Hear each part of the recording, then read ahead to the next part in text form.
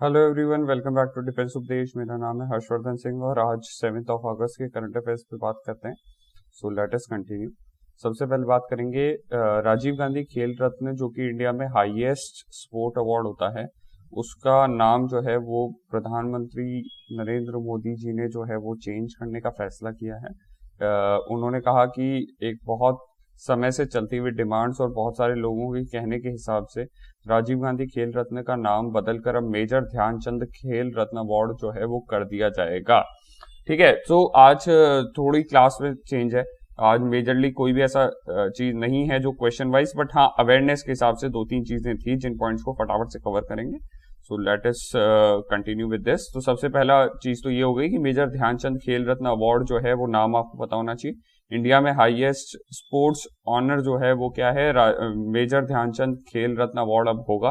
पहले राजीव गांधी खेल रत्न जिसको बोलते थे या खेल रत्न अवार्ड जिसको बोलते थे, वो सबसे हाईएस्ट स्पोर्ट्स ऑनर है इंडिया में। स्पोर्ट्स में सबसे हाईएस्ट ऑनर खेल रत्न होता है। चलिए, इसी के साथ में अगला जो इंपॉर्टेंट पॉइंट आपको पता होना चाहिए वो है एमपी लेड्स क्या होता है। एमपी लेड्स जो है वो member of parliament local area development fund के नाम से जो स्कीम है वो दिसंबर 93 के अंदर जो है वो शुरू की थी by the government of India. ये स्कीम का जो है वो ऑब्जेक्टिव ये होता है कि जो मेंबर ऑफ पार्लियामेंट एमपी है वो अपने एरिया में लोकल लेवल पे डेवलपमेंट करने के लिए पैसा दे सकते हैं। नाउ इस पे कई बार यूपीएससी क्वेश्चन डालती रही है, तो एनडीए सीडीएस के स्टूडेंट्स को ये चीज पता होनी चाहिए ये क्या होती है।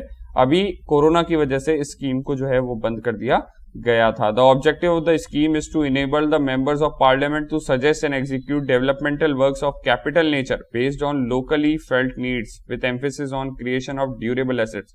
जैसे किसी भी तरीके का बांध, एनीकेट, तालाब वगैरह बनवाने के लिए, पानी की टंकी वगैरह, जैसा आपने देखा होगा सांसद कोष से बनाई गई, इस तरीके से लिखा होता है। तो वो सांसद कोष क्या है, वो एमपी लेड से ये है। ठीक है, ये क्लियर कर लीजिएगा अपने दिमाग में।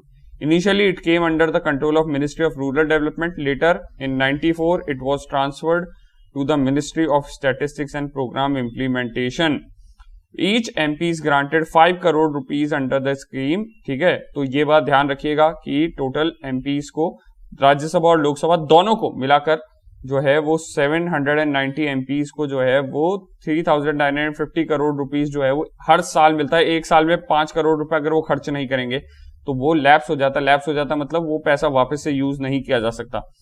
Lok Sabha MP have to recommend the district authority projects in their Lok Sabha constituencies. Rajya Sabha MP have to spend it in the state they have elected from in the house.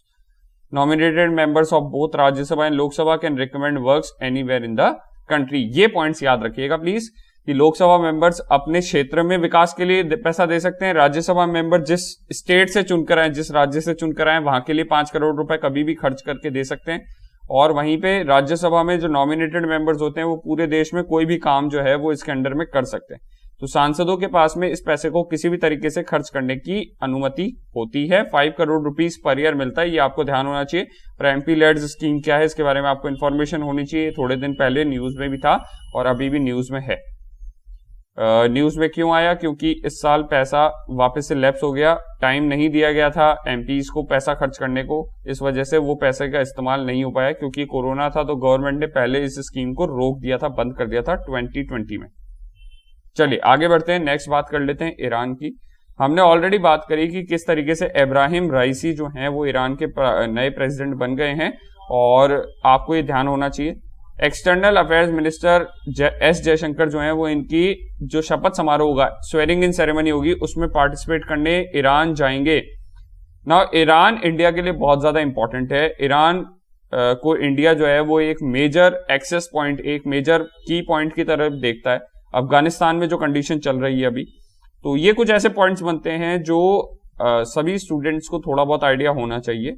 UPSC में एग्जाम में पूछा जा सकता है कि ये ईरान जो है उससे कौन सा बंदरगाह, कौन सा पोर्ट डेवलप कर रहा है इंडिया। तो चाबहार पोर्ट, जैसे यहाँ पे नाम दिया हुआ है, through the Chabahar port India कोशिश करता है कि किसी तरीके से चाबहार पोर्ट की हेल्प से वो अफगानिस्तान तक ईरान से हेल्प जो है वो पहुंचा सकता है। और इस वजह से ये सारा न्यूज में रह रहा है।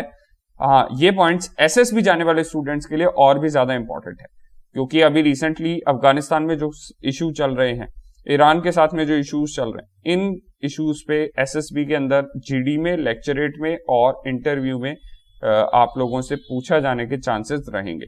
Iran geographical position is paramount to India's geopolitical outreach, especially to Central Asia, as rich reservoir of natural resources. Iran में नेचुरल रिसोर्सेज हैं बहुत सारे। ईरान से हम तेल वगैरह भी खरीदते थे, बट बेसिकली रिसेंटली अमेरिका के वहां पर बैन लगाने की वजह से इंडिया ने वहां से तेल खरीदना बंद किया, जिसके बाद ईरान और इंडिया के रिलेशंस थोड़े से खराब हुए हैं। तो ये एक मौका है जिसको इंडियन गवर्नमेंट छोड़ना नहीं चाहती, ईरान के साथ में रिलेशन सुधारने का। ईरान से इंडिया को सेंट्रल एशिया, पाकिस्तान को टालते हुए सेंट्रल एशिया तक जाने का रास्ता मिलता है। ये हम आगे अभी मैप पे भी देखेंगे। Now a rich reservoir natural resources जो हैं वो यहाँ पर हैं।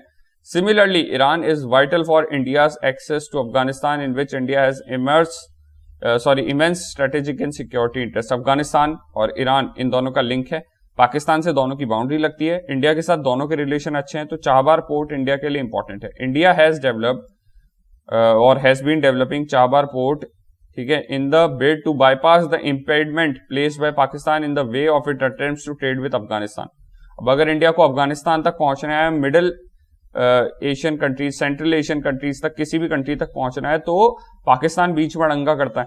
तो अफगानिस्तान से होते हुए, चाबहार पोर्ट से होते हुए, ईरान से होते हुए अफगानिस्तान, उज्बेकिस्तान, ये सब कंट्रीज, तुर्कमेनिस्तान, इन सब कंट्रीज तक इंडिया डायरेक्टली पहुंच सकता है अगर हम ईरान और अफगानिस्तान के साथ मिलकर काम करें। और दोनों ही फ्रंट्स में इंडिया को प्रॉब्लम आ रही है। तो ईरान वाला तो सैंक्शंस की वजह से, और अफगानिस्तान में तालिबान का कंट्रोल जिस तरीके से बढ़ रहा है, अमेरिकन फोर्सेस ने वहां से विड्रॉ किया। ये कुछ पॉइंट्स हैं जो एसएसबी जाने वाले स्टूडेंट्स के लिए एक्सट्रीमली इंपॉर्टेंट रहेंगे, ठीक है।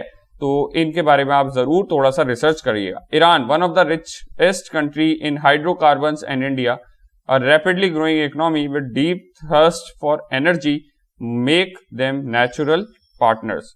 The formation of India, Uzbekistan, Iran, Afghanistan quadrilateral working group, ठीक है, ये एक ग्रुप भी है जो इन कंट्रीज के बीच में एक डायलॉग है, बातचीत का वो है। इन्होंने ज्वाइंट तौर से चाबहार पोर्ट को यूज करने की बात कही थी, इसीलिए इंडिया इसका वेलकम करता है। और ये इंपॉर्टेंट जो है वो ग्रुपिंग नहीं है इतनी, बट हाँ आपको पता होना चाहिए कि यहाँ पे क्या केमिस्ट्री चल रही है, यहाँ पे क्या पंगा चल रहा है। ईरान और अफगानिस्तान दोनों ही इशू इंटरनेशनल फ्रंट पे बहुत ज्यादा इंपॉर्टेंट है, specially for SSB going students, तो ध्यान रखें। जैसे यहाँ पे मैप दिया हुआ है कि अगर इंडिया कांडला पोर्ट से चाबहार पोर्ट के बीच में समुद्र का रास्ता तय करता है, तो पाकिस्तान को पूरी तरीके से टालते हुए अफगानिस्तान और ईरान दोनों के साथ में ट्रेड कर सकता है। और ये रास्ता ऊपर उज्बेकिस्तान, तुर्कमेनिस्तान वगैरह जैसी कंट्रीज के साथ में भी एक तरीके से ट्रेड रूट इंडिया के लिए खोल देता है। That is why this region is very important for India, कि यहां से ऊपर की तरफ रास्ते जो हैं वो जा सकते हैं, जिससे कि इंडिया जो है वो इन कंट्रीज के साथ भी ट्रेड करने में हेल्प इनको होगी। That is why this Chabahar port is important. आपको पता होना चाहिए कि यहाँ जारंग और से होते हुए काबुल तक यहाँ से एक रोड भी जाती है। खैर एनीवेज, इसी के साथ में आरबीआई ने अपनी मॉनेटरी पॉलिसी को इशू किया। अब आपसे ये ध्यान रखने वाली बात कि रिजर्व बैंक ऑफ इंडिया के गवर्नर कौन है? शक्तिकांत दास हैं। इन्होंने अगस्त की बाय मंथली मॉनेटरी पॉलिसी, अब बाय मंथली मतलब 2 महीने में एक बार होने वाली मीटिंग होती है ये, इसमें मॉनेटरी पॉलिसी को डिस्कस किया और इन्होंने रेपो रेट वगैरह को अनचेंज रखा है। अब यहां पे क्वेश्चन क्या बनेंगे आप लोगों से, रेपो रेट क्या होती है, repo rate, reverse repo rate, है ना। मॉनेटरी पॉलिसी कमेटी की मीटिंग का हेड कौन होता है, मॉनेटरी पॉलिसी कमेटी कब जो है वो मीटिंग करती है, तो जैसा मैंने कहा 2 महीने में एक बार मीटिंग करती है। हेड जो होते हैं वो आरबीआई गवर्नर होते हैं और इनका काम होता है कि इकोनॉमी के अंदर इन्फ्लेशन यानी कि मुद्रास्फीति को, महंगाई को कंट्रोल करना। इन्होंने आरबीआई ऐसा कैसे करती है, रेपो रेट के मीडियम से करती है। रेपो रेट, बैंक रेट वगैरह इन सबको चेंज नहीं किया है। तो अगर आप सीडीएस-एनडी के एग्जाम्स के अंदर, तो आपको एग्जैक्टली याद रखने की जरूरत नहीं है कि रेपो रेट वगैरह कितनी चल रही है, बट हाँ आपको पता होना चाहिए कि इनका फंक्शन क्या है। Repo rate, reverse repo rate, ठीक है, दोनों ही यहां पर लिखी हुई हैं। उसके अलावा बैंक रेट, सीआरआर, एसएलआर, ये सारी रेट्स जो हैं इनके बारे में रिसर्च करके जरूर जाइए पेपर के अंदर, बिकॉज इकोनॉमिक्स के अंदर ये इंपॉर्टेंट टॉपिक बनता है और इस पर रेगुलरली क्वेश्चन आते रहे।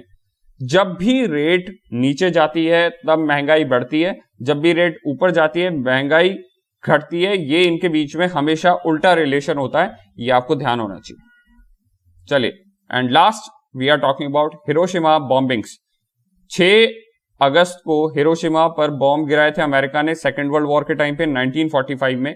On 6 August Hiroshima day is observed around the world. On this day in 1945 US dropped very first deployed nuclear bomb in the city of Hiroshima wiping out estimated 39% of the population. उस time Hiroshima में 39% लोगों सीधे सीधे मर गए थे, जो ज्यादातर सिविलियंस थे। तो हिरोशिमा बॉम्बिंग की एनिवर्सरी कब आती है वो डायरेक्टली आपको याद रखने की जरूरत है।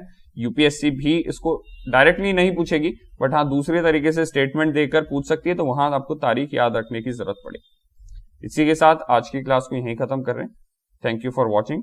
स्लाइड्स डाउनलोड करिएगा डिफेंस उपदेश टेलीग्राम चैनल से। You can also follow me on और डिफेंस उपदेश channel on Facebook. Harsh VS0 Facebook पे सर्च करेंगे तो मिल जाएगा।